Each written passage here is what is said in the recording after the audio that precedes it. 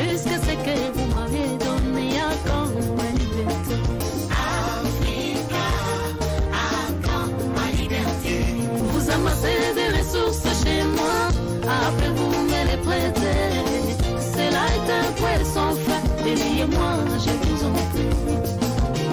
J'ai essayé de m'épanouir pour liguer mes feux contre moi. J'ai essayé de me libérer de vous pour les rébeller contre moi. Africa, Africa, Africa, Africa, Africa, à quand ma liberté? Africa, Africa, Africa, Africa. Nzambe liboso maile nasima tokobanga lisusu nini tokobange lokote bande ko balandi ya ZTM Television totombeli bino poko elamu bino nyoso bozui libaku pona kolanda biso na poko ya lelo. Enfin makambo ezali kokende mais Congo ezali se kolela ba elite oyaye Laurent cardinal Laurent Mosengo yeo ya tiki biso et Mars Kadiombo yepe atiki biso. Mais sur la toile bato ebele bazali ko crier sur prétendu empoisonnement. Est-ce que Mars Kadiombo serait victime y a empoisonnement? Qui en voudrait à sa vie? Ezali mituna owapi ebele bazali ko mituna mais toyebite vérité et koki kozala esika nini.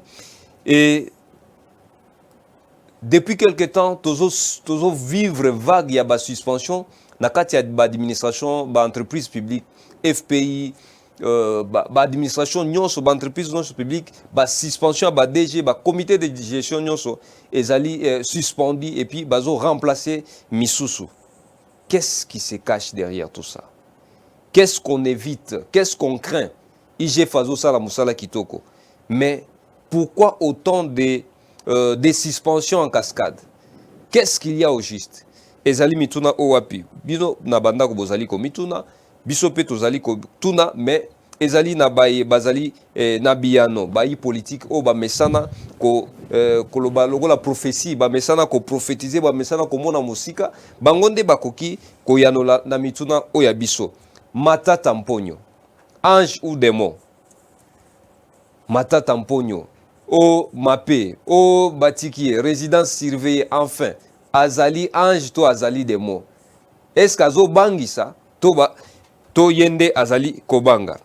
Joseph Kabila, leadership transformationnel dans un pays post-conflit pour le développement. Il y a un sujet à tête na yo wapi azali ko défendre mokolo lelo na Afrique du Sud. Ah, ndokande Joseph Kabila atanga. To atangaka. To yebakite. Enfin, ezali ba sujet o wapi tokosolola na yango mokolo ya lelo. Et aussi na ce qui concerne social ya peuple congolais. Est-ce que projet le peuple d'abord, vision le peuple d'abord, ezali ndoto ya babato eza réalité. Ezali mama na likambo o wapi biano nango ekobima elongona invité na biso azali nani infatigable le président du MDCO monsieur Gabriel Mokia o wapi na pesi. Bonsoir. Bonsoir monsieur le journaliste et bonsoir à tout le monde. Merci beaucoup. Bonsoir à nos familles, vraiment. À mon épouse et à tout le monde. Hein. En tout cas. Binotu Bozolanda Biso, en tout cas, bonsoir na Bisika Bozali, Kolandela Biso, président Gabriel Mokia. Tozo Banano Basangwa Mawa.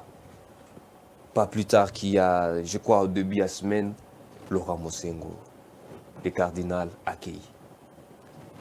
Et Lelo Mokolo, Lelo, on apprend le décès de Mars Kadiombo. Mais semaine où le cas qui président de la République bungi sakim ba oyaye à cabinet ba oyaye à famille naie au juste qu'est-ce qui ne va pas? Avant to banda na présenté nanu ba condoléances na biso moko bana catholique na famille biologique ya cardinal Mosengo na famille biologique ya Kadiombo wana ba tonabiso ya théâtre et puis na ba artiste nyon surtout au ba utu ko perdre l'un de leurs parce que nazo comprendre baliwa wana te baliwa moko flou maina ça ka ba commentaire azo comprendre même Mosengo à 81 ans au kufaté quand même ah azaki nanu makasi hein ba mindele ba komaka ba 100 ba 99 biso kaka 80 OK be yango ezali comme ni na regretter pona liwa ya biso cardinal wana ngai moko siko catholique donc moi hein maona zanango na kabola ngokana bana nyonso ya catholique to perdre oya biso bon likambote nzambe yemo kwa yebi pourquoi sali bongo et banani basali bongo banani basali kadjombo est-ce que ça pona sala ki déclaration contre Katumbi est-ce que ça pona nini bon je ne sais pas pour baliwa ya mikolo il y a pas aussi les services qui contrôlent réellement vie à ba congolais tozaka ka ba ennemi na ba ennemi ndeka ba otika Rwanda a déverser ba poison na Congo donc je ne sais pas il faut mettre des barrières dans nos frontières il faut renforcer la loi sur l'empoisonnement. Il ma solo ya poison, ba origine ya poison no kendo ko zongwa pepe aussi. Mais nazo mona ka ba célibataire c'est ba na place origine. Azo linga pété ba ko sala pété pour ba lingi te ba makambo awa na accès sawa na Congo to komi ba étranger ba lingi ba sisa biso ha. Yo moni Rwanda ndenge komi ambeli na ba richesse na mboka na biso. Mais il faut nous vider, tous les bateaux sont presque vidés de l'est. Président, mais natango Kabila to vivaka makambo te. Nani natango Kabila Joseph Kabila to vivaka makambo ba liwa boye empoisonnement to vivaka mote tika ki fanatisme bongo banani oyo bakatumba mwake bakufana tango c'est un accident on est accident balobaki matata po ya pasolaki mutu na bongo bachie babilo moko na mutu masere chisambo bachie na kati atambola na mwakana na yelo kutanga na zaka na sola na yazana normal bomona bango surtout ngala zaki na prison siko na moni peza matata po babi et puis azaki na ministère ya finance ngala zaki na dossier po bafutanga le ba sai ba makambwana bon ba intérimaire alinga futanga na tongo kaka une semaine to mona kaka moto asaki accident alinga kufa bongo ayewan na simbi mutu a partir ya prison centrale de Makala moto ngana banotinda abi président matata po ya futa ngabe ya c'est l'accident babisoki mutu e baby makambo alokuta omoni biso tuzo seka meza makambo alokuta na moni pena chisambona na eloko vélo wana babengoni chaise roulante le colobatie plate wana bilo tout ba scénario quelque chose ba terrible yo bio saka accident avion bato tout ba biki non bakene na ba hôpitaux ya bien Afrique du Sud esika outi donc di ngaba no mona na bano mona bangwa wana ba chaise roulante awa kaka wana kini awa tika mboko eza recoloniser biso na bino tozo marché à tombeau ouvert. Ce qui se passe dans ces pays ici, nulle part ailleurs. Ailleurs, djihadistes, tout ça, mais ce qui se passe dans un pays si riche que le Congo, et les gens minimisent ça. La génération est dans la boisson. Comment ils vont bakosisa bango tout na poison na ba masanga wana. Ndenge biso moko ba ene ndenge bazusaka na biso. Yo moni mboka mbe tondi bato. Même po tambura na mutuka na yo, ça ne va pas. Donc bato wana ba utu wapi et puis angwema wana utu wapi on n'a pas comprendre. Alors siko poison ils ont côté. Les frontières sont perméables. Mon cher ami Tozal loin d'être gouverné. Naza na souci quand je vois les autres vivent mieux et nous autres dans un tel état. Yango moni muke tel akufi. Bazo ponaka ba tête hein. Et tel accueil. Oh babo mieux. Oh tout ça, c'est regrettable. Vraiment président Mokia, c'est vraiment regrettable ba tête kaka nde bazo kende. Donc ba élite o wapi tokoki ko espérer lobby pe bazali ko kende bango nyonso. Mais au regard il y a makambo ndenge ezali ko kende président. Est-ce que plan moko ya développement politique de développement na kati ya mboka na biso ezalaka te?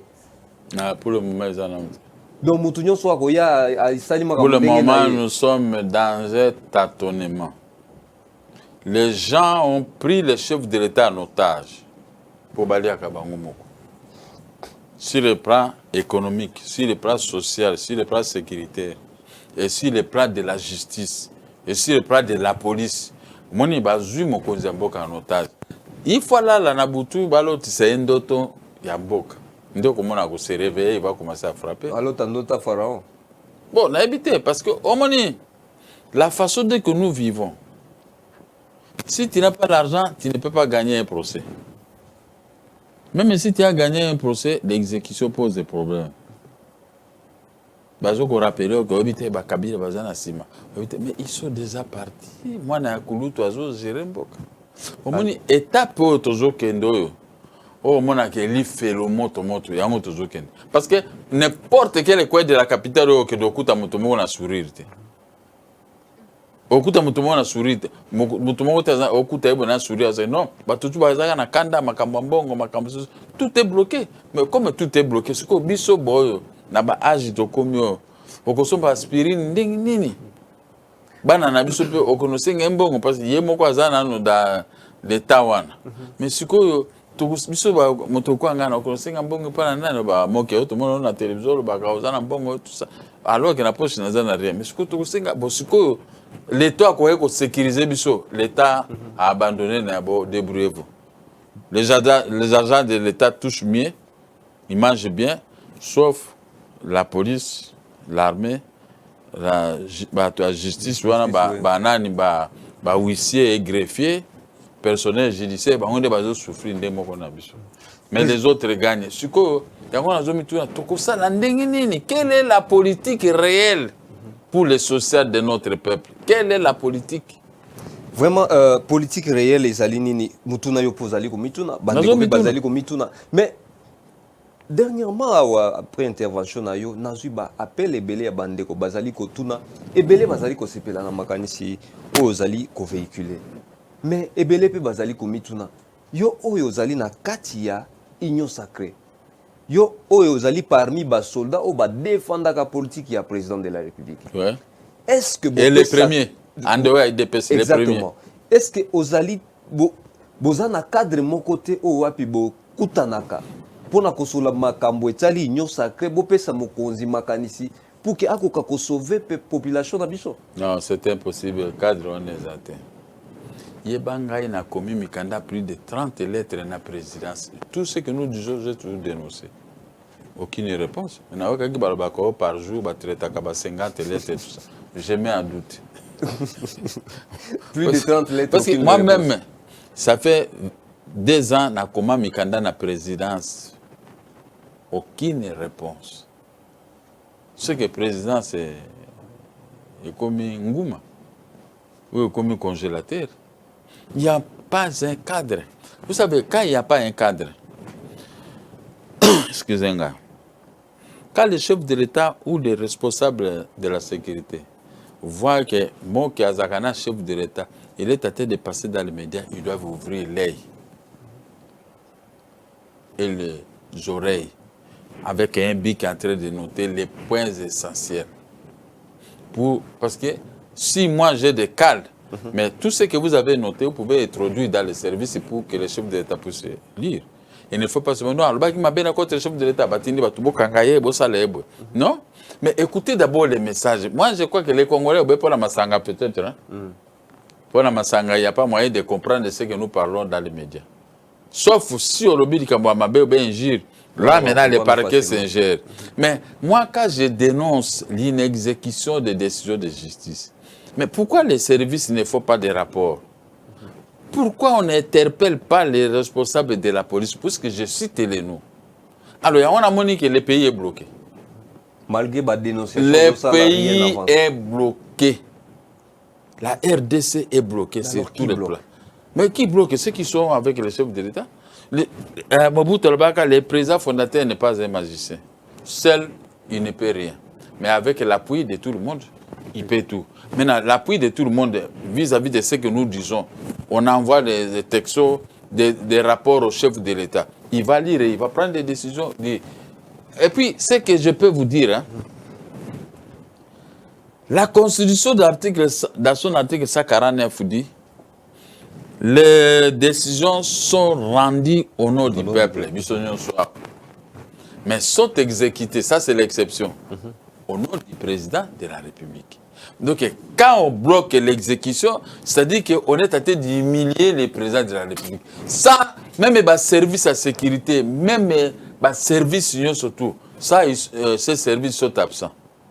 Les décisions sont exécutées au nom du président de la République. Et sont bloqués au nom de qui? Sont bloqués maintenant au nom du diable, au nom des tiers intervenants, au nom des pouvoirs passés, au nom de tout ça. Maintenant, on met les chefs de l'État dans des difficultés parce que... les pouvoirs passés et les tierces personnes sont plus puissants que les présidents. C'est qu'elles sont toujours là, c'est ceux qui gèrent même l'exécution des décisions.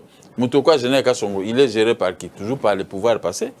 Mais il fait semblant de s'accrocher au chef de l'État alors que son cœur n'est pas là. Ce sont les yeux et la bouche qui parlent, mais son cœur pour soutenir ses propres faits. Ce sont des séquelles, hein. Tout ça, ce sont des séquelles. Alors, quand vous voyez un pays comme ça, est-ce qu'il y a espoir? Parce que Naokaka, musicien, moi, en 1974, à Zoemba, français. Les bons temps, c'est quand on est vivant. Les bons, comme un gars bilo qu'on a zolé là. Je prends mes maisons, je touche les loyers pour avoir aspirine, pour avoir nivaquine, pour se faire soigner.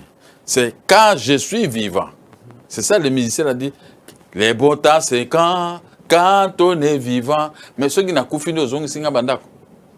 Ceux qui n'ont pas fini au footing en bon, oui, mes affaires vont en profiter. Mais moi, si j'avais besoin, comme Nazana va travailler dans Foutaka, continuer à payer. Si j'avais 30 travailleurs, hier, moi, j'avais 300 et quelques travailleurs que j'ai payés à l'intérieur ici.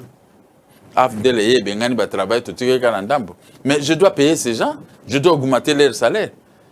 Je veux éliminer et payer le chômage, nazo engagé. Moi qui engage la telle société, moi qui engage la telle société. Moi, c'est classe, travailler. Mais c'est ça, les bons temps. Les bons temps, c'est quand on est vivant. Maintenant, nous vivons les mauvais temps, c'est quand, comme nous vivons. Mon cher ami, actuellement, j'ajoute comme nous vivons actuellement. Ça, c'est le mauvais temps.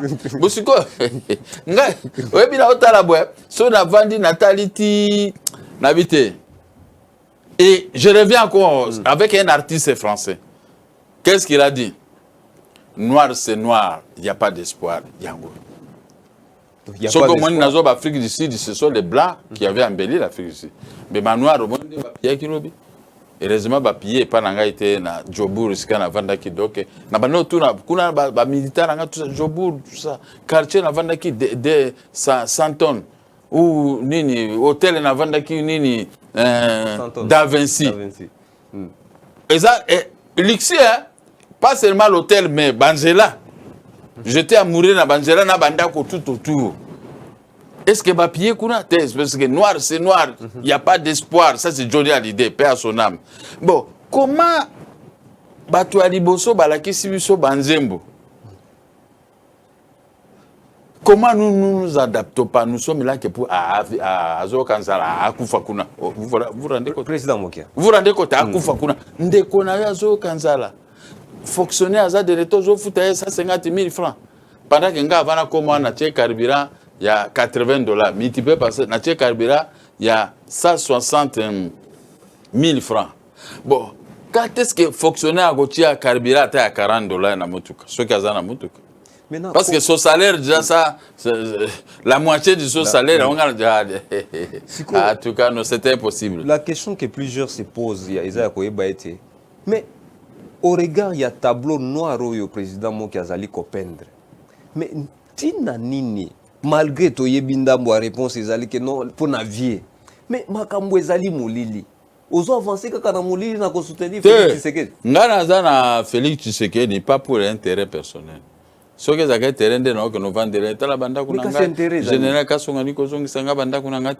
Mais le quoi n'a pas que quand on aime une femme, quand on aime un frère, quand on aime une nation, on se sacrifie. Mais la politique, c'est l'intérêt général. On se sacrifie quand on aime. Si on mobile nous a un bon côté, mobile a moninga kuna za bon on a qui n'est pas non. Souffrir naé et Dieu va vous bénir. Ceux qui montent dans mokili bato mingi balanda ka ba parole nanga. Dieu bénit toujours les gens qui sont justes.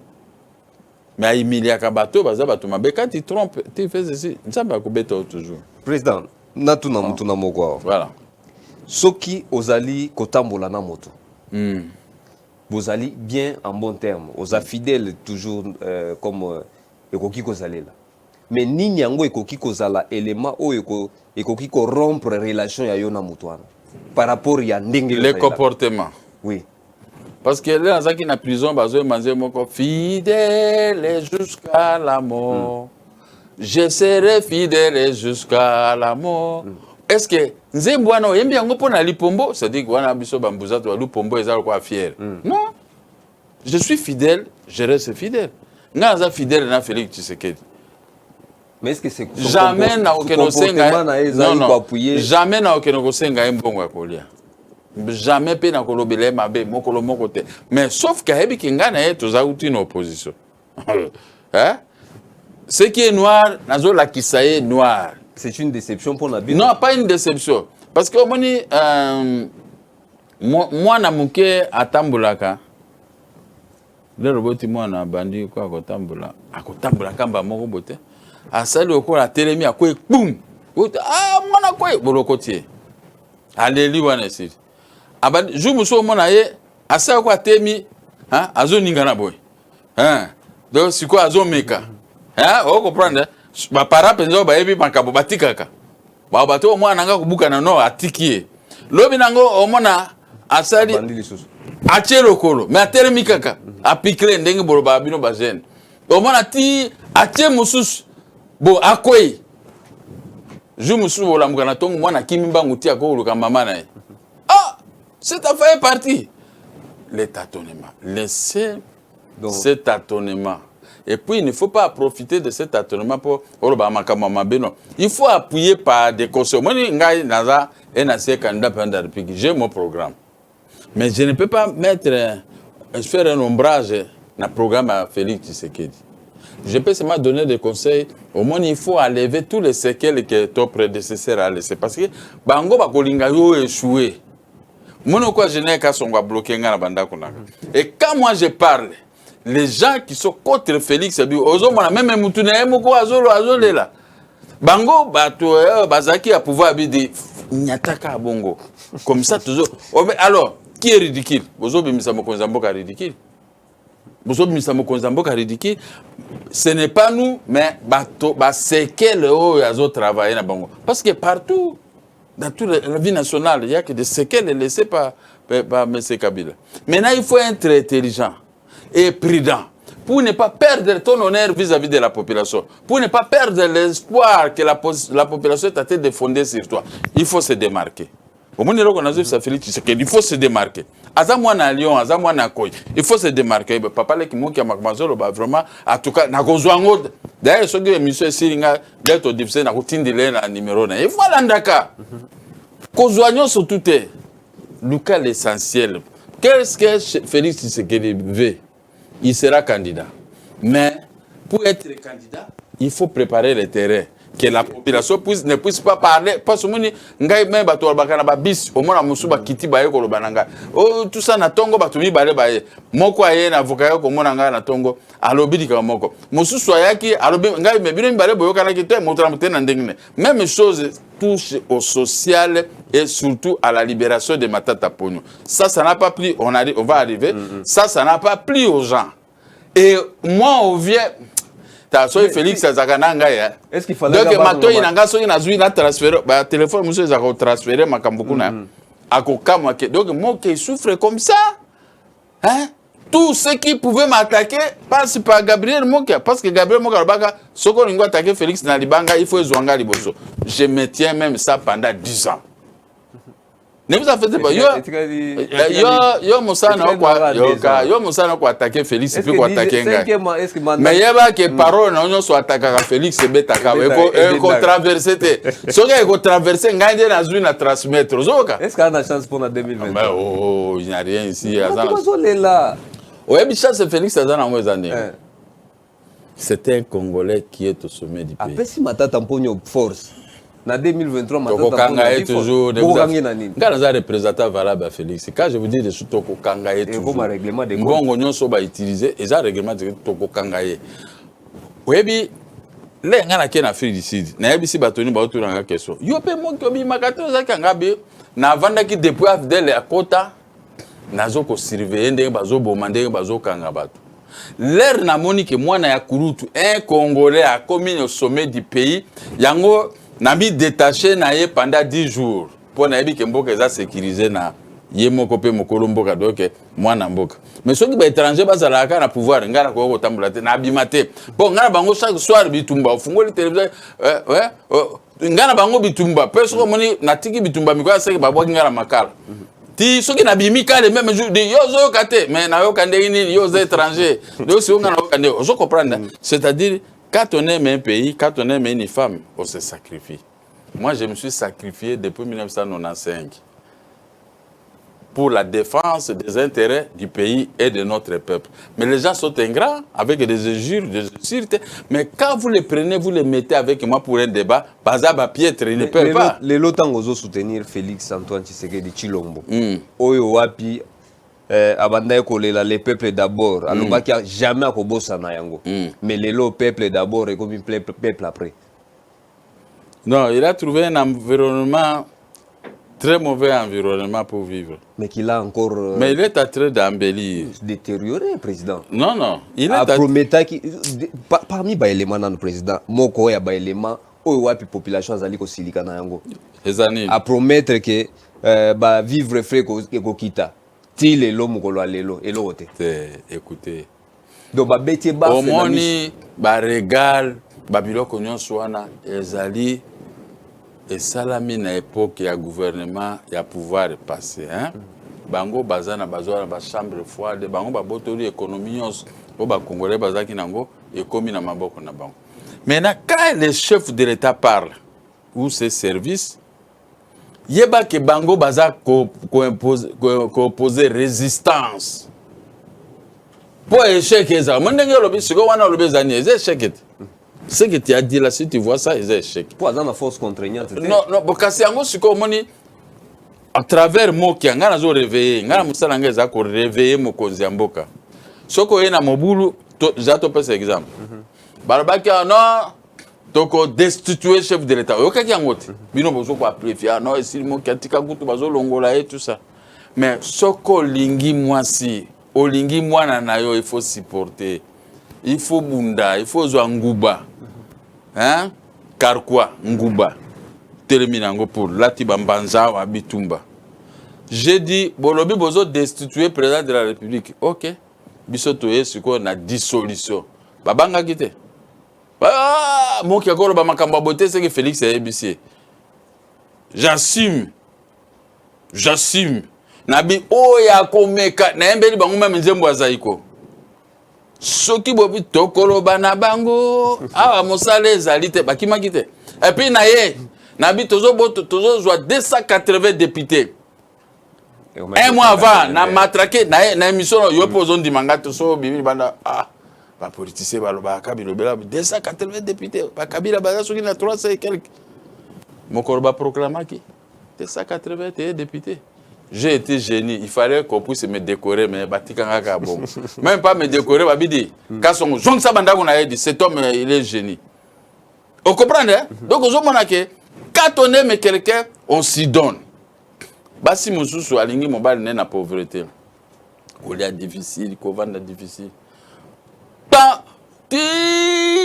Moi, si à zo trop mon bal n'était à Zaka mon bal de Wanati, Mobile a comme chef de l'État. Imaginez les restes, imagine les restes. Est-ce que moi, si on a ça souvenir, sous ma pauvreté, on a zaki nango. Oh, maman présidente. Oh, comme maman présidente, première dame. Mais souffrance, il y a mon. Na ville, au bord du fleuve, dans l'hôtel Palace, c'est la 14e mairie. Na 1976 77 na okele tina 14e mairie koluka café na makolo mais na zupete na longo su 14e mairie tina zongi na ndako wana pena zaira mwasi te makolo vimbinga na cheka mainga moko Moi, quand mon lui a zang, moi, il y a trop de problèmes. Les hommes doivent se marier pour atténuer les chocs. Mais quand on a bunda na ba choc, on a tinde na eko trouver solution. Mais les lois, mon salaire on est foutu ingate. Soit on a critique, on a pas tambara ba makolo boyendeni. Mais les lois, moi, je roule bien. Et ça, c'est ce qu'on a balu qui c'est quel nanga ya makamala bande ko sala wana na souffrance. Yango botelinga boy. Tika ko douter na Félix Tshisekedi. Siko na ko attaquer oté. Na zo so tika ko douter azo ko débrayer terrain. Population yo benga nga ndenga na pesa ka Félix Tshisekedi ba conseil. Moi ba programme na nga za na programme mulai. Siko o comprendre. Ti a ko activer ango okomona président to bandaki ko kanisi azabwe nzoka ndi azabwe social bandi ko bota me bandi ko zonga parce que moi mon rôle l'attaquer na ces candidats pendant la République j'ai toujours ces ambitions après 10 ans c'est le social de la population après des ans non Totikeli Félix Tshisekedi il y a gagné il y a pas match siko nana gagné Félix ça na moni bino mosali ba loi moko ba congolité ba to so ba milliards ya zekamini ba zwa na ba iranum éliminé mais président yemoko hôtel belango nani le président Félix hôtel belango il hôtel nani congolité et oli ayepe eli nani père de mère oh eso lia batu nyoso di petitika moto alongoli biso na lisumu bongo siko eloko ni oli aye oli aye père de mère azawa wana bino ndebo imagine ka azaje père de mère awa nazana image moko awa ya Kadiombo po kaka na akireta ndela tsheli bino obi makamo Kadiombo alabaki beke ba sezo ka nungu na makama mabe bon soki bali ko boma bato tu baboma moto musu pe alali pongo yo boma ya beti bino panje bino to ebi mukiro eza ba surprise en tout cas merci président bosi saka ba musicien na biso ndenge bosi seli biso ba musicien bosi sana ba to ya théâtre mais bino pe boko sila merci président mais moko ya ba mituna ebele zali bandeko ko mituna président état des droits sociaux et la population parmi ba biloko abandaki nango moto batu bakanisi ke makambo yeko ma clair total aboye président moke ye moko zolo bawa zolela victime ya justice exécution mobulu de justice te victime ya la police la justice a déjà rendu ses décisions atininga ke lozo ba police pa Kasongo orega nazui bandako mibale nazwa ka ba police pa Kasongo ils ont la même ordonnance. Quand Congolais comprendre ici il y a à manger, à changer face, à monique ba police on a basé à yemoko. Afdel bis ka songonisé. Afdel bis. Siko justice côté justice na makamonanga justice c'est rendre décision. Soko senga ba décision na koyelo ba arrêt ba jugement ba ordonnance mais le bananga la police kasongonisé. Mais ce qui justice à rendre décision et qu'il y a opposition, justice à s'aligner. Obstruction. Il y a obstruction à l'exécution. Oui. Dans ce cas, il faut se saisir. Il faut saisir Mbalamoko. Na comme qu'on saisir ba mikonzi. Jusqu'à ce que son sera. Au moins on appelle ça en français quoi? Abstention coupable. Oui, bien que papier aussi mais zapembe mais moto ya bino eza noir. C'est ça. Le col a yo moto simbi. Papier zapembe, robino papier on a noir, c'est ça l'abstention coupable. Bako kanga 5 ans ou 10 ans de prison parce que l'abstention coupable mais on a fondé l'auditorat Kasongo pour l'abstention coupable et refus d'exécuter la décision de justice. Vous pouvez comparaître. Azo kima kaka, toko zasu mardi na ye pa na auditeur général parce que au moins batindi moi avocat moko ya mafia wana ye na ringa kina beta ye devant général avocat a commis mal à l'aise siko na tiki nan yo ozelinga ka mais quand c'est ça bon bato amabe faut que ça bon siko na vandi na zuna ko expliquer général na général afandi na yeko tomber juste na mokanda ya général Amouri na pesi général na bando otangela général Simbika Mutabi Kasongo non c'est pas possible la chef né général Amouri a commis na soni lelo devant la police pour na Kasongo. Maintenant, Kasongo, je veux battre un dossier politique. Le chef de l'État avait dit le premier politicien, c'est lui. S'il y a un problème, allez lui demander. Le premier politicien, c'est le premier président de la République. Nous avons quoi qu'on peut ça instruction contraire à ce qui est la gestion pour l'exécution des décisions. C'est le chef de l'État lui-même. Le chef d'État ne peut pas se contredire. Là où on dit les décisions sont exécutées au nom du président de la République. Mais lui, il ne peut pas se contredire. Mais le problème, c'est que les présidents de la République ont frappé beaucoup. Oh non, comme il faut régler ma compte, comme il y a tout ça. Or, maintenant, Bakatangé Moutoubaza dans la police, je ne connais pas. Parce qu'un Congolais ne peut pas faire souffrir. Il y a une question à poser. Et Zobimaloko, là, Félix Tshisekedi a tiki au lelaka. Oui. Mais à fortiori, donc.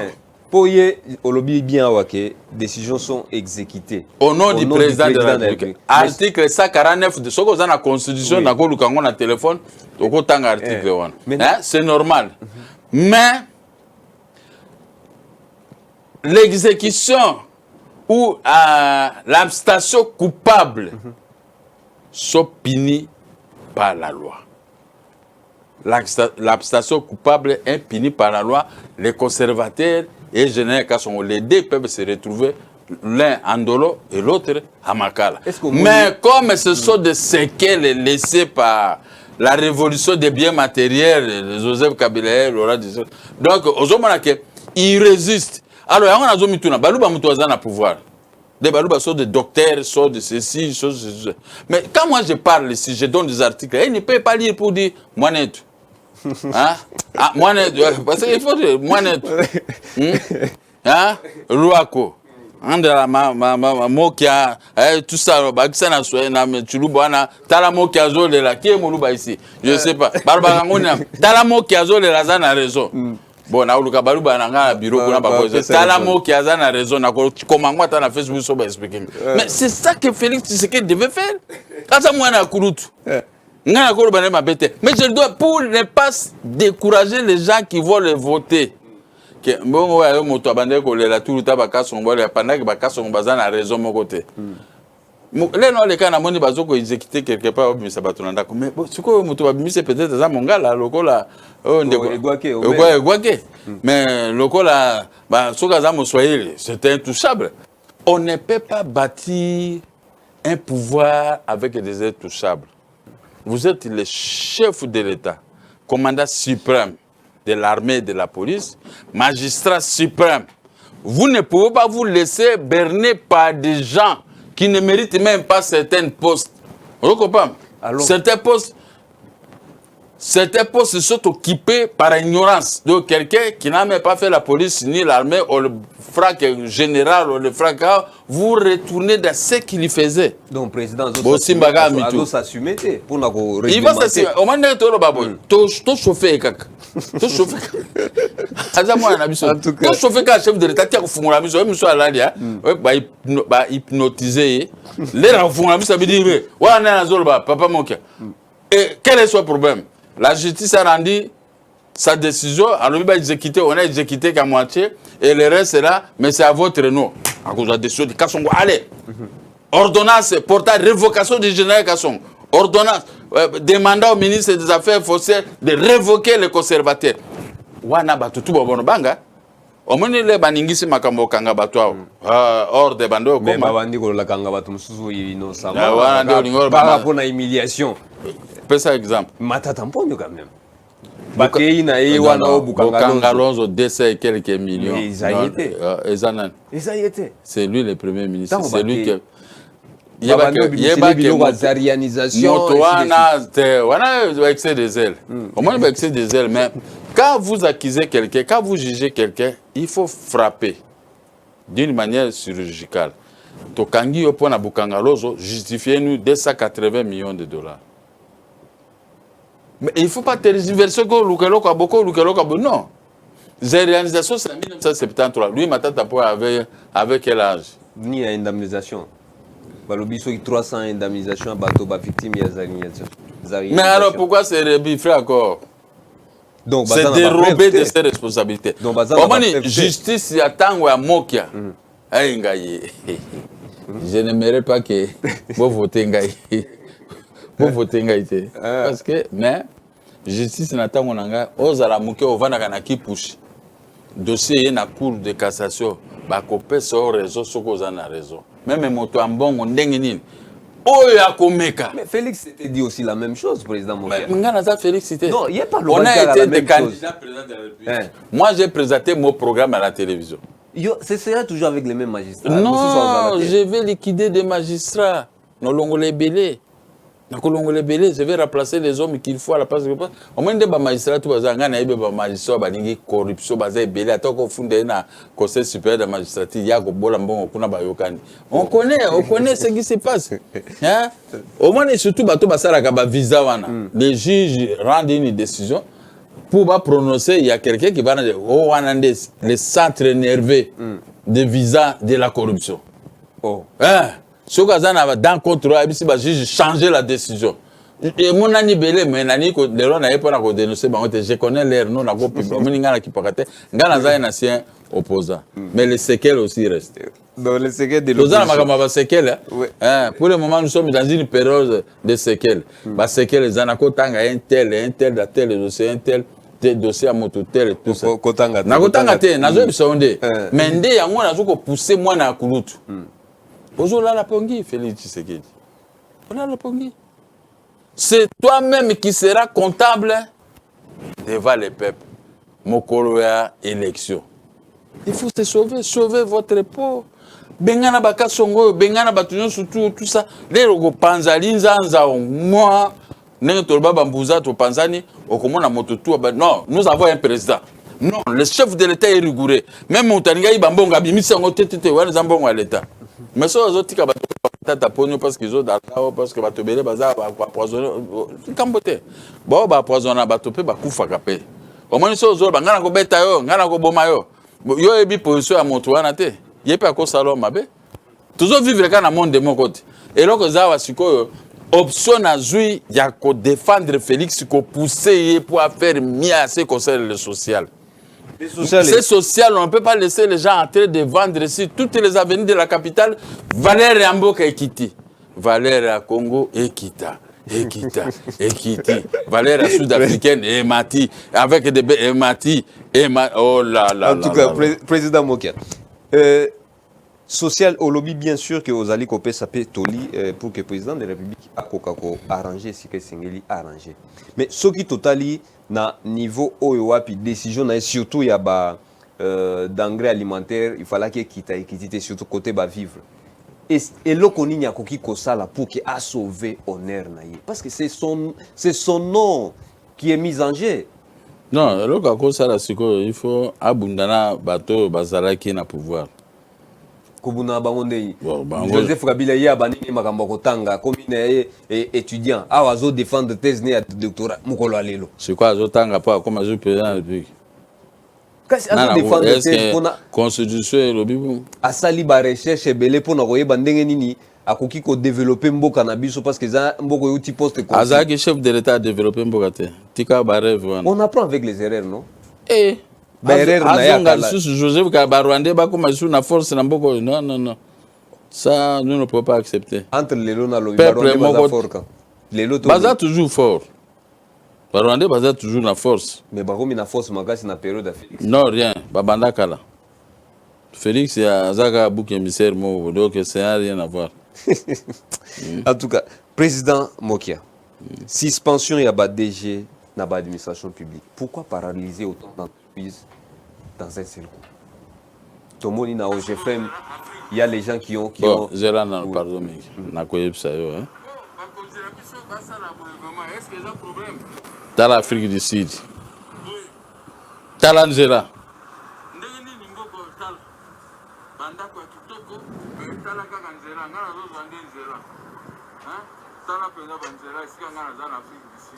Félix a raté. Est-ce qu'il y a Koutagin Zelab? Mais à quoi ça l'angot? À ça, il va sauter des motos et bandit qu'on diminue moi, Moukemkeni. Tala. Ata Koutou Tolobi Kemboko yo. Mboka na biso. Mais affaire ici de Basalibwe. Tala. Chaque tongo na bando bimana ko tala zela na sabino place moko za lokola mwinde oro kezaki na ngona tongo. Tala. Malade. Hein? Tala. Ngai mwana maboso. Mwana mbuza. Comment nako vivre na mboka? Olena vivre na mboka ya boye.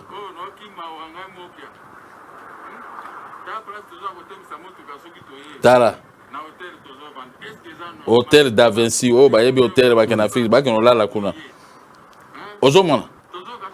Tala. Wa ande na atakaka na profitaka.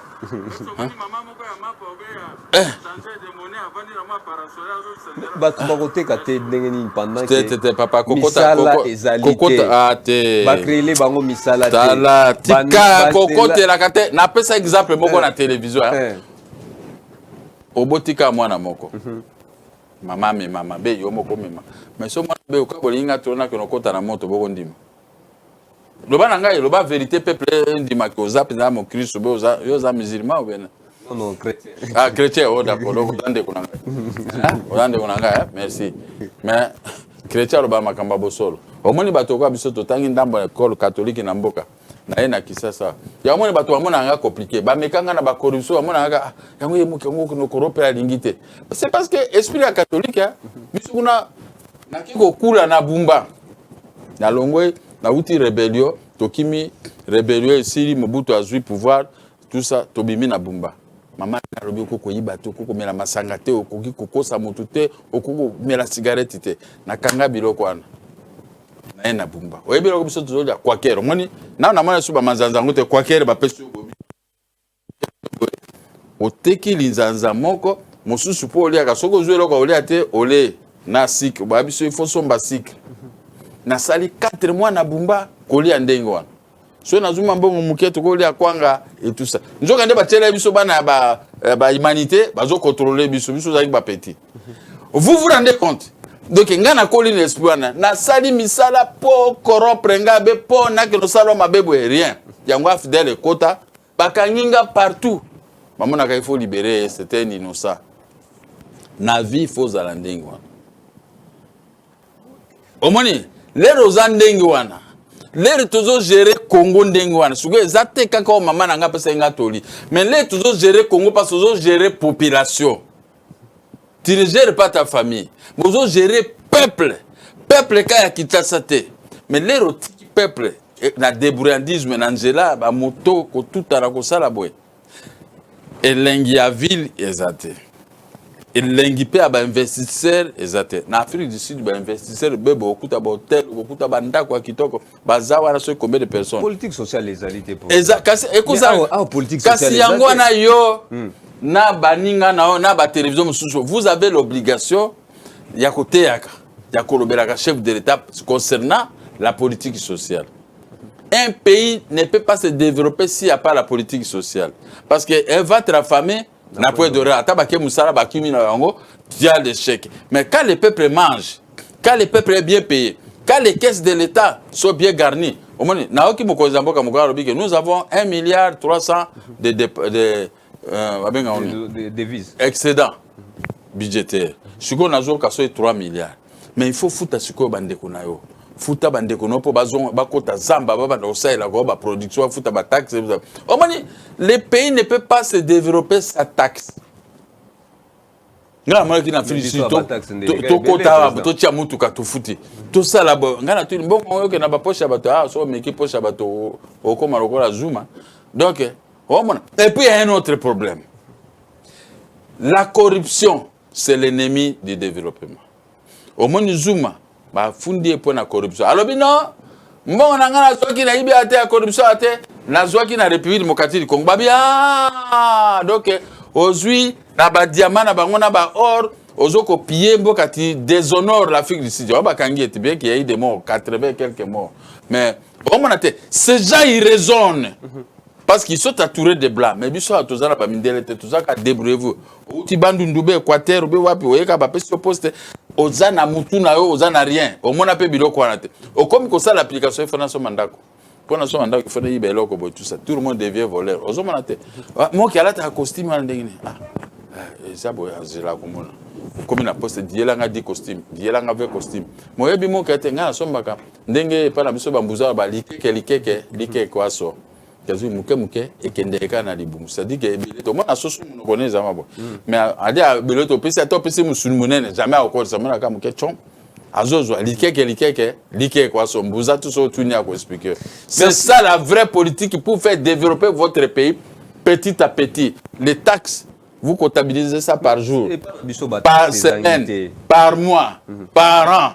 Au moins, le budget, nous avons 60 milliards de dollars au côté pour le peuple. Mais au bendi policier a joué à tirer dans la poche. Au bendi bozui kaka 10 000 dollars beaucoup versé dans le cœur. Maintenant, vous vous attendez à quoi? Président, olobeli makambo ya batax ainsi de suite. Mutokei na guichet ni pour fongola l'entreprise. Mais côté kuna batangeli yote liste batax oyo wapi osengeli na yo kofuta. Obandi activité ozui ba autorisation nyonso obandi activité.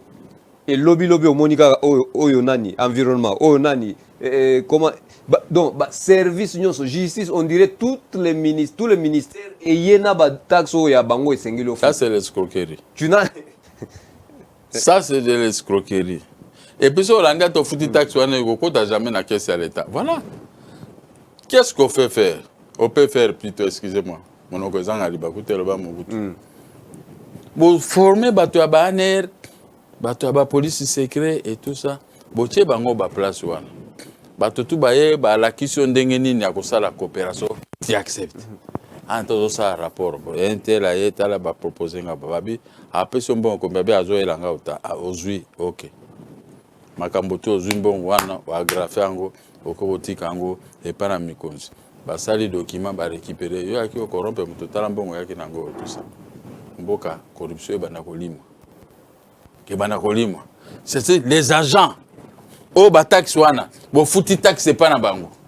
Mais après, vous vérifiez, vous fouti, si vous vérifiez, vous vérifiez un bon wap. Vous kangi bango tout, vous avez un port, service vétérinaire, moi je dis, là, vous tout ça café là, bon comme ça na côté na port, na bibino tout na zo bête sabino fibo, na yena garde civil. Bah comment on va vérité? Na to kangi motomoko na port. Ngabe mbongo yo ba taxe zo ke na wap. Il m'a dit la vérité, biso to lia akawana. Yokas Congolais nous sommes comme biso tolia akawana. Mais l'État est en faillite.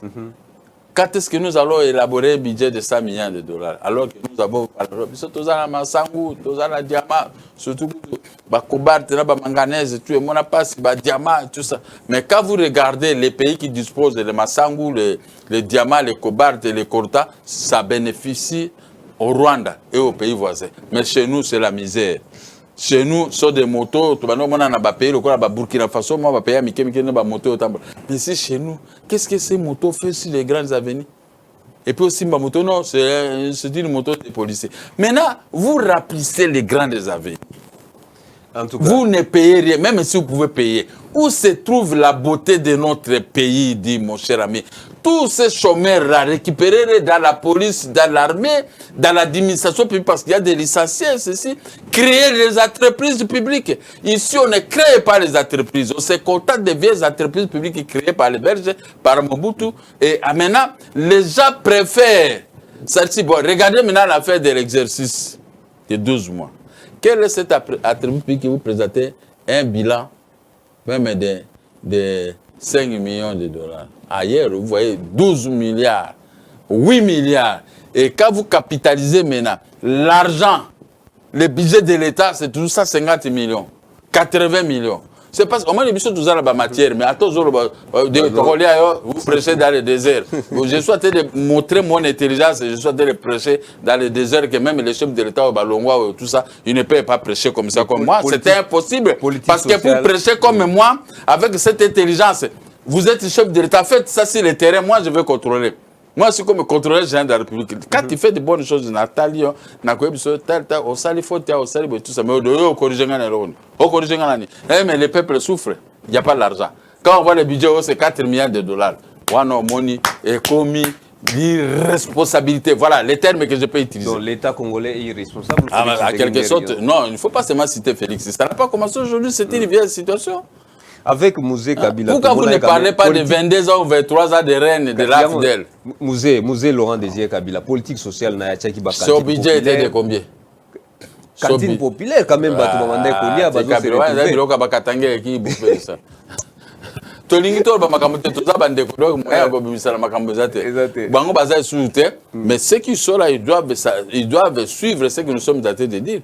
Vous savez les critiques hein, aident un pays à se développer, aident un gouvernement à faire mieux. C'est pourquoi on met l'opposition et le pouvoir. Les opposants ne sont pas des opportunistes, ce sont des gens qui donnent de la matière. Vous voyez quand moi je vous parle ici, je suis dans ma peau de l'opposition, mais je suis avec le pouvoir.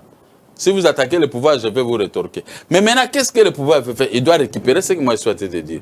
L'un de nous est en train de parler. Maintenant, moi, je ne peux pas, nous ne pouvons pas le laisser comme ça. Il faut prendre des paix. Le président Mokoloba qui a expliqué, il n'y a pas de tricherie quand on veut que les peuples puissent vivre mieux. Mais ici, chez nous, il y a les Axanines.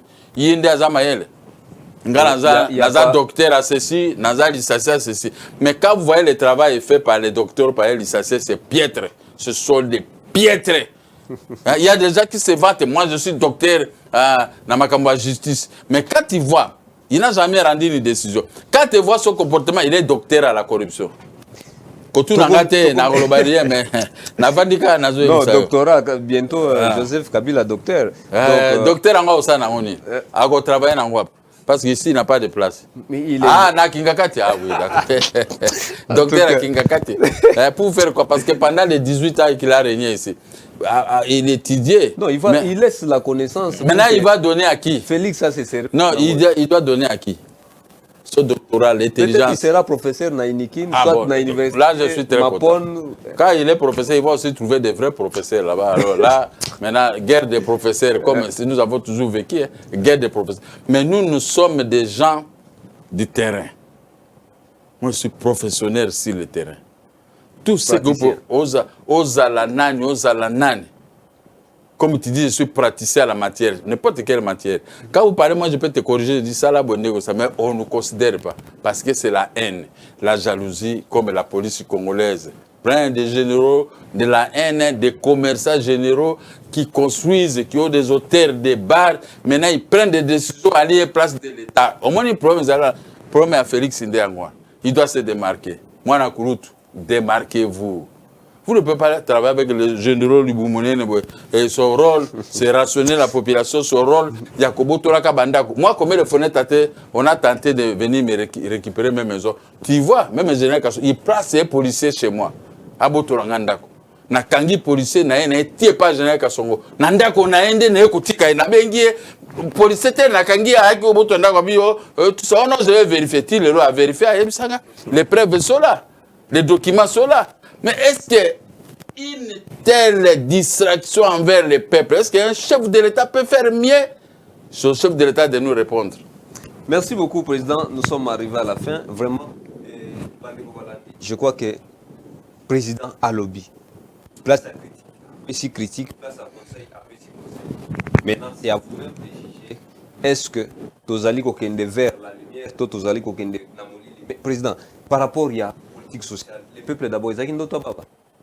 Te, na biso que dans d'autres baba, tu as vrai d'autres. Bah c'est quel ya kuti nde bazo tia ombrage. Yo lingi na defanda pe moi na viete. Yo lingi. Zambe liboso. Ah, zambe na liboso.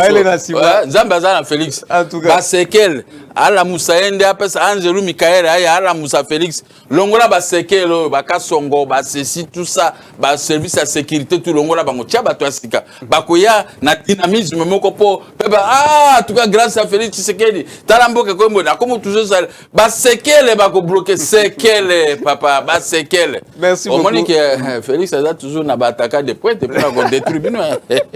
Zambe liboso Maël Nassima Shadak Bolumbu Jires Lutau Yannick Mbo, Feli Moubenga, Binotu Merdina Ingendala, Nabinotu Mama Yolande, en tout cas, Nabino Nyoso Napesi, merci pour la fidélité. Madame Yolande Mokia. Ah, d'accord, il faut que je Mama Yolande Mokia. Non, précision, Mama Yolande Mokia. Ah, voilà. Nabinotu, vraiment, merci pour la.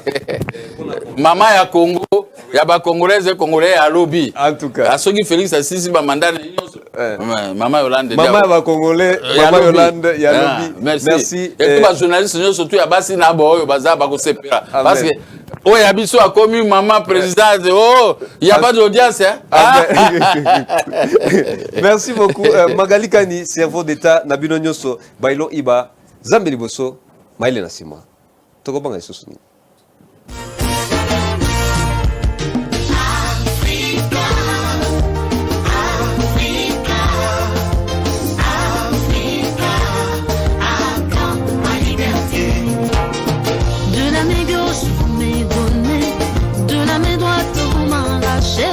Plus que ce que vous m'avez donné, à quand ma liberté. Africa, à quand ma liberté. Vous amassez des ressources chez moi, après vous me les prêtez. Cela est un poisson fait, déliez-moi, je vous en prie. J'ai essayé de m'épanouir, vous liguez mes feux contre moi. J'ai essayé de me libérer de vous.